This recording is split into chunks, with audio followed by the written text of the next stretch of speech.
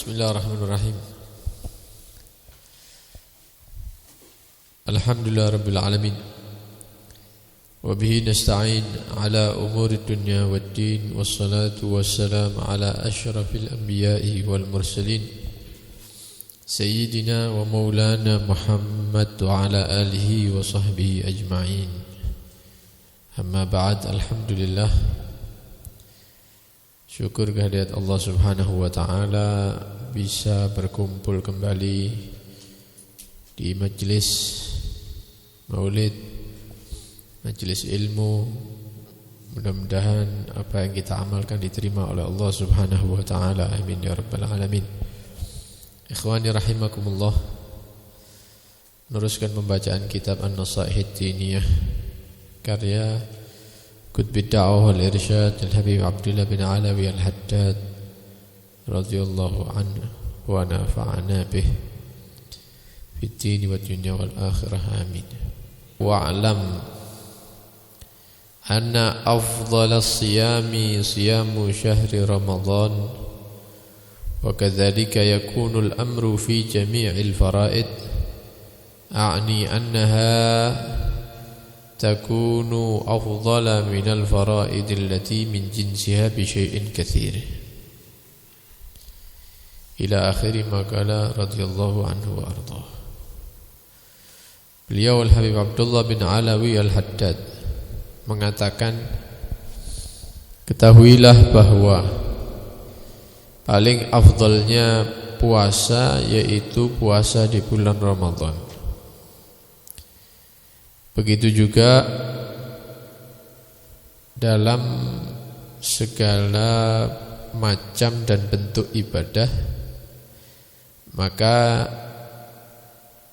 yang paling afdal adalah ibadah yang sifatnya fardu atau wajib.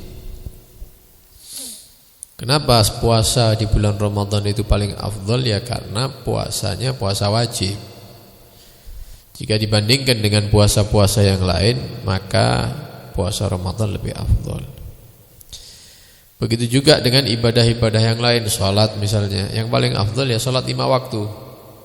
Salat Jumat, salat 5 waktu dibanding dengan salat-salat yang lain. Kata beliau, yang saya maksud yaitu ibadah tersebut lebih afdal daripada yang lain jika satu jenis. Artinya kalau puasa ya sama puasa gitu. Kalau sholat ya sholat. Kalau mengeluarkan harta ya mengeluarkan harta. Jadi jangan dibandingkan antara puasa dengan sholat, karena tidak satu jenis. Yang dimaksud oleh beliau di sini jika satu jenis. Sholat macam-macam. Mana yang paling afdal? Ya sholat 5 waktu, sholat Jumat. Puasa satu jenis. Mana yang paling afdal? Ya puasa di bulan Ramadan, begitu. Nah, mengunggulinya ibadah yang fardu terhadap yang lain itu perbedaannya itu sangat jauh. Nilainya di sisi Allah Subhanahu wa ta'ala tidak bisa dibandingkan. Antara puasa sunnah dengan puasa fardu itu terlalu jauh perbandingannya. Oh, saya puasa sekian tahun misalnya sunnah dengan puasa Ramadan cuma 1 tahun saja 30 hari. Mana yang lebih afdal? Ya, walaupun puasa Ramadan 1 hari itu sudah mengungguli sekian banyak puasa sunnah yang lain, nanti kita jelaskan di dalam hadis Nabi sallallahu alaihi wasallam. Jadi perbandingannya itu sangat jauh. Juga sholat fardu itu mengungguli sholat sunnah, itu sangat jauh perbandingannya. Liqaulihi alaihi salatu wassalam, ini berdasarkan hadis Nabi sallallahu alaihi wasallam yang mana beliau meriwayatkan daripada firman Allah. Yang dimaksud adalah hadis qudsi. Nabi sallallahu alaihi wasallam bersabda, "Ma taqarrabal mutaqarribuna ilayya." Tidak ada orang yang mendekatkan diri kepadaku, kata Allah Subhanahu wa ta'ala, bimithli ada'i maftaratuhu alaihim, dengan satu ibadah yang lebih Allah sukai ketimbang kalau dia melakukan ibadah fardu. Ini ibadah. Ada beberapa hamba ibadah semua. Misalnya ya mereka sama-sama menjalankan sholat.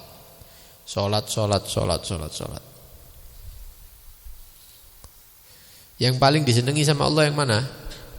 Yang menjalankan sholat fardu dulu. Puasa juga seperti itu, yang menjalankan sholat fardu, ya puasa fardu dulu. Tidak ada ibadah yang paling disenangi oleh Allah Subhanahu wa taala untuk dilakukan oleh hambanya melebihi ibadah fardu atau ibadah wajib. Jadi salat 5 waktu yang kita lakukan setiap hari itu lebih disenangi oleh Allah Subhanahu wa taala ketimbang salat malam yang sifatnya sunnah. Puasa Ramadan yang kita lakukan kemarin di bulan Ramadan itu lebih Allah sukai ketimbang kita puasa Senin Kemis. Jelas karena yang satu fardu, yang satu sunnah.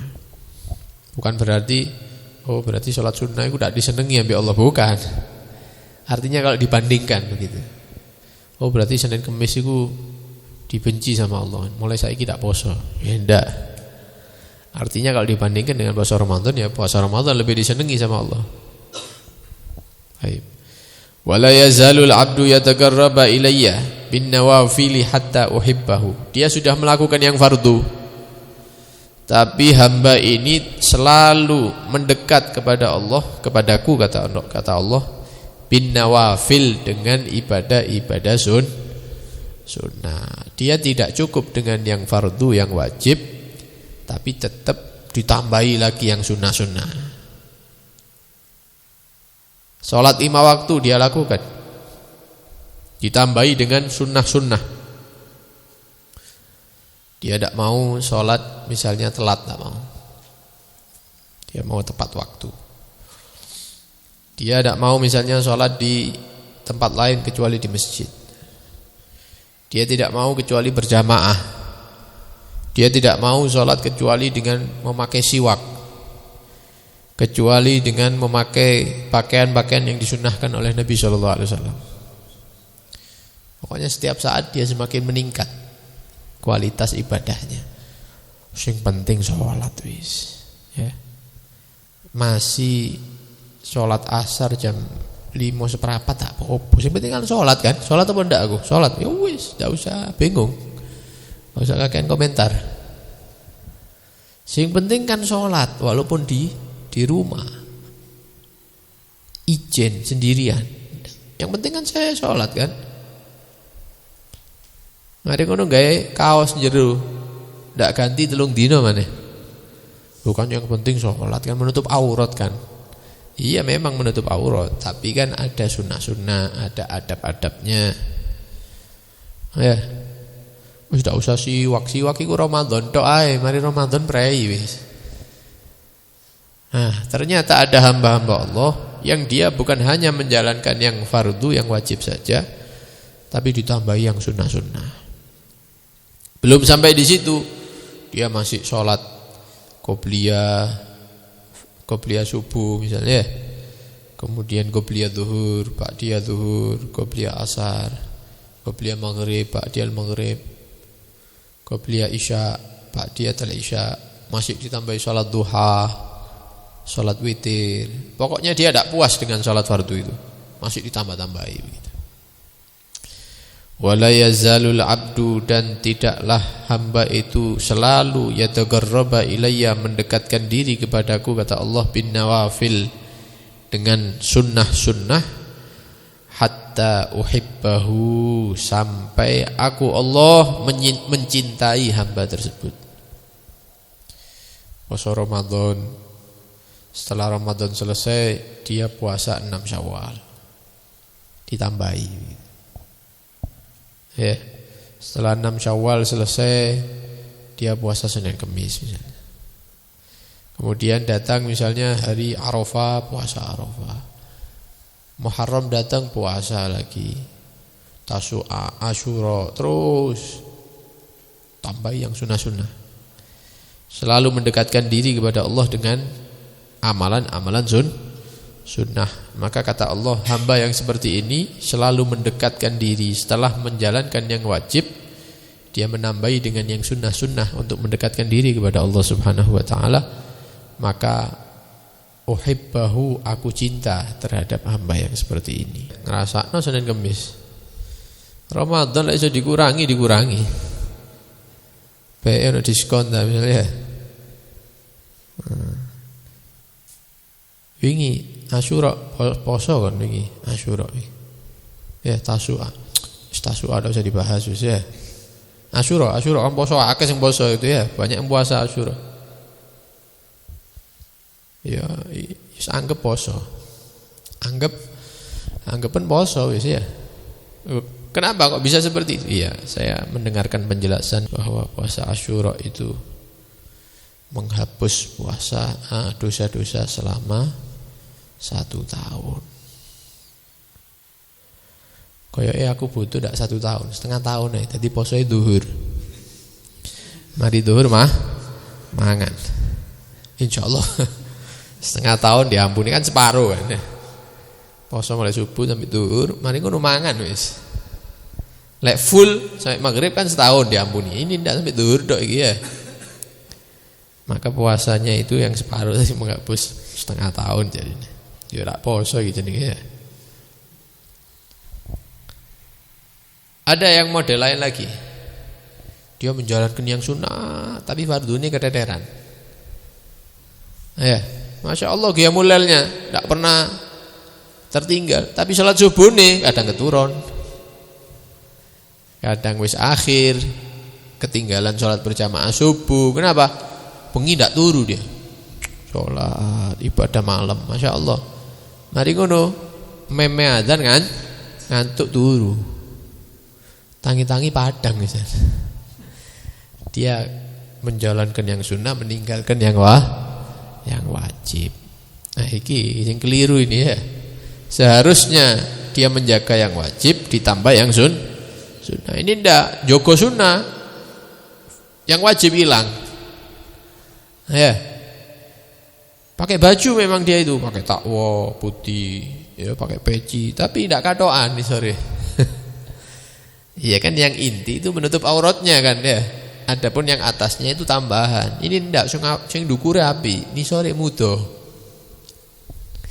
Ini salah yang seperti itu. Ya, yang seperti ini salah.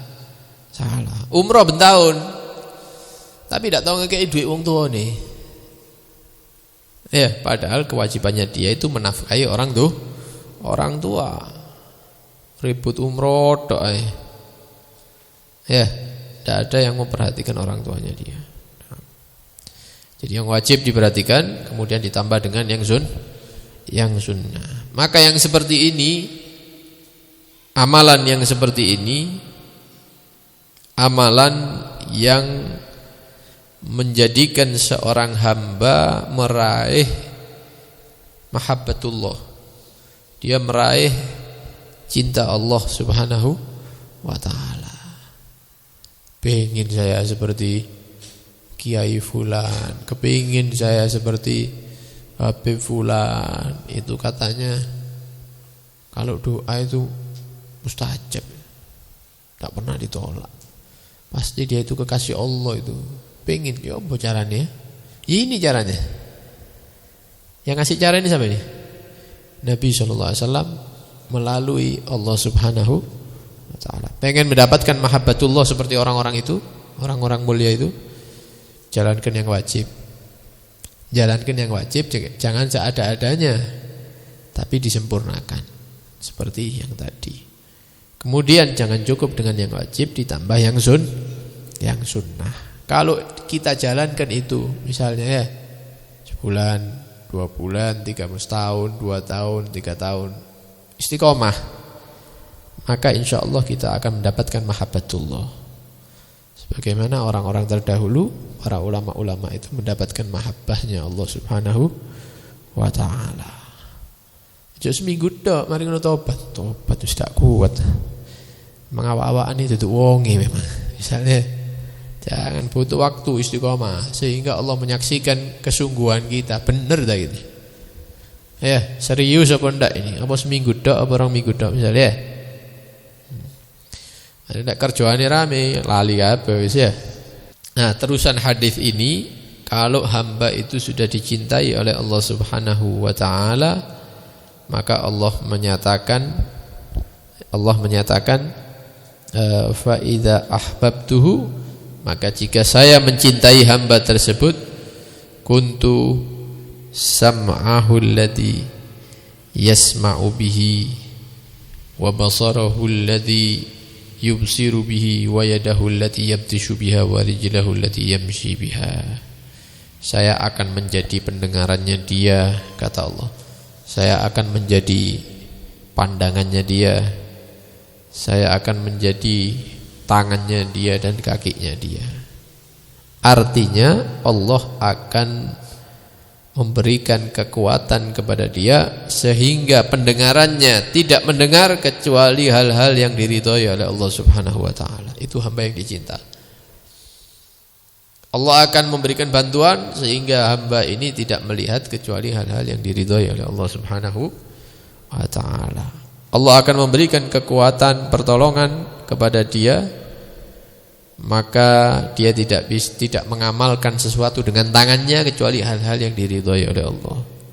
Tidak melangkahkan kakinya kecuali ke tempat-tempat yang diridhoi oleh Allah Subhanahu wa taala. Ono sing nyetir begitu. Kalau sudah menjadi hamba yang dicintai oleh Allah Subhanahu wa taala, semua anggota badan ini kaya ono sing nyetir gitu, ono remote. Deloke kitab, deloke Quran, lihatnya wajahnya orang-orang yang beriman, saudaranya muslim, melihatnya itu dengan husnudzon, berbaik sangka, dengan hormat, tidak merendahkan. Matanya memandang kepada guru-gurunya yang soleh, matanya memandang kepada wajah orang tuanya dengan rahmat, dan seterusnya. Jadi mata ini akan terarah kepada yang positif-positif saja. Sing elek, subhanallah, ndak ketok dia, ndak noleh. Kenapa? Dijaga sama Allah. Dari mana? Dari hasil ibadahnya tadi itu. Setelah wajib ditambahi sunnah. Pendengarannya juga seperti itu, tangannya juga seperti itu, kakinya juga seperti itu. Lah iya biyen awak-awakan iki bal-balan terus. Ya. Nempak bal terus iki sikil. Sekarang kok wis males ya. Nang masjid, majelis ilmu, majelis maulid, ada burda enteng berangkat, ada manakib enteng berangkat, ada acara-acara yang baik, kumpulan-kumpulan para ulama, orang-orang berilmu enteng berangkat. Lek perkara-perkara sing ndak mendatangkan pahala atau malah mendatangkan dosa, itu sudah tidak ada keinginan lagi untuk ke situ. Ini namanya mendapatkan bantuan dari Allah Subhanahu wa taala. Bahkan kata Allah dalam hadis ini, hadis qudsi ini, wa idza sa'alani, hamba yang seperti ini kalau memohon kepadaku, kata Allah Subhanahu wa taala, a'taitu, akan aku beri yang dia minta. Nak ngenteni ben seminggu ndak jaluk apa dikei sama Allah. Kalau berlindung kepada Allah, maka Allah akan melindungi dia. Sudah orang pilihan yang seperti ini. Ya. Orang tapi butuh usaha. Butuh usaha. Ya, kepingin rek. Sing dijelasno kok bagus ya. Kepingin tapi ndak ono perubahan ya padha ae ya. Kepingin, kabeh kepingin, masih aku ya kepingin ya. Tapi kalau tidak ada perubahan ya percuma. Harus ada gerakan gitu, perubahan, keinginan untuk berubah. Insyaallah menjadi hamba-hamba yang dicintai oleh Allah Subhanahu wa taala. Kemudian kata beliau, puasa di hari-hari yang dihormati, dimuliakan. Karena bulan yang dimuliakan itu sesuai hadis Nabi SAW itu ada 4. 3 itu sambung, yang 1 pisah, mencelat, aduh. Yang 3 ini nyambung semua, Dzulqa'dah, Dzulhijjah dan Muharram, nyambung ini 3 bulan ini. Ini bulan yang dimuliakan. Yang terakhir Rajab nanti di belakang. Maka barang siapa yang berpuasa di 4 bulan yang dimuliakan ini, itu lebih afdal daripada puasa di selain 4 bulan. Sekarang bulan Muharram, bulan yang dimuliakan sama Allah, puasa, maka lebih afdal daripada kita puasa di bulan misalnya Safar, bulan Maulid atau Ba'da Maulud misalnya, dan seterusnya. Kenapa? Karena bulan Muharram ini salah satu 4 bulan yang dimuliakan oleh Allah Subhanahu wa ta'ala. Kata Allah dalam surat At-Taubah, "Inna iddatash syuhuri 'indallahi 12 syahran fi kitabillah." Hitungan bulan ini di sisi Allah itu ada 12. Yauma khalaqas samawati wal ard, dan ini sudah ditetapkan oleh Allah di hari penciptaan langit dan bumi. Minha, dari 12 ini, arba'atun hurum, ada 4 yang dimuliakan oleh Allah Subhanahu wa ta'ala. 4 bulan ini dalam ayat ini dijelaskan oleh hadis Nabi sallallahu alaihi wasallam. Ya, 4 itu adalah Dzulqa'dah, Dzulhijjah, Muharram dan Rajab. Maka datang penjelasan riwayat yang mengatakan bahwa puasa 1 hari di bulan-bulan yang dimuliakan, yang 4 tadi itu, menyamai puasa 30 hari di selain 4 bulan. Kalau kita di bulan Muharram ini kan bulan dimuliakan ya, puasa 1 hari itu sama seperti orang yang puasa di bulan Safar 30 hari, padahal kita cuma 1 hari. Kenapa? Karena puasa sunnahnya jatuh di bulan yang mulia. Dan barang siapa yang puasa 1 hari di bulan Ramadan, maka menyamai puasa 30 hari di bulan yang dimuliakan oleh Allah Subhanahu wa ta'ala. Lebih tinggi lagi. Jadi puasa kita 1 hari di bulan Ramadan itu sama seperti puasa 30 hari di bulan Muharram yang mulia ini. Jadi lebih tinggi lagi tingkatannya itu bulan Ramadan itu. Karena itu di awal dijelaskan paling afdalnya puasa adalah puasa di bulan Ramadan. Makanya saya jelaskan, saya katakan tadi, saya terjemahkan tadi itu bahwa perbandingannya itu jauh gitu, ya, antara yang fardu dan yang sunnah. Kita tutup dengan satu riwayat, anna man shoma 3 ayyamin mutatabi'ah, barang siapa yang berpuasa 3 hari berturut-turut, nyambung tidak buka ya buka, maksudnya besok puasa lagi begitu. 3 hari berturut-turut di bulan yang mulia, termasuk sekarang ini bulan Muharram, Al-Khamis wal Jum'ah was Sabat. Apa yang berurutan itu? Puasa Kamis, mari kono maghrib buka, malam sahur, menene poso maneh Jumat, Sabtu puasa lagi, nyambung ini Kamis, Jumat, Sabtu. Apa fadilahnya di bulan yang mulia, yang bulan 4 tadi itu? Ba'adahullahu minan nar, maka dia akan dijauhkan dari neraka Allah. Ya, dijauhkan dari badan neraka Allah. Bahkan di riwayat-riwayat yang lain ada fadilah-fadilah yang besar yang diberikan, pahala yang besar. Ya, ada riwayat yang kedua mengatakan bukan Kamis, Jumat, Sabtu, tapi Rabu, Kamis, Jumat. Ada riwayat yang mengatakan Kamis, Jumat, Sabtu, ada Rabu, Kamis, Jumat. Aja ribut dino, yang penting amal no ya. Anu jari ya. Jari ini tapi tidak poso ya. Mudah-mudahan mendapatkan kekuatan dari Allah Subhanahu wa taala, mendapatkan petunjuk dari Allah Subhanahu wa taala, bisa mengamalkan ilmu yang kita pelajari. Amin ya rabbal alamin.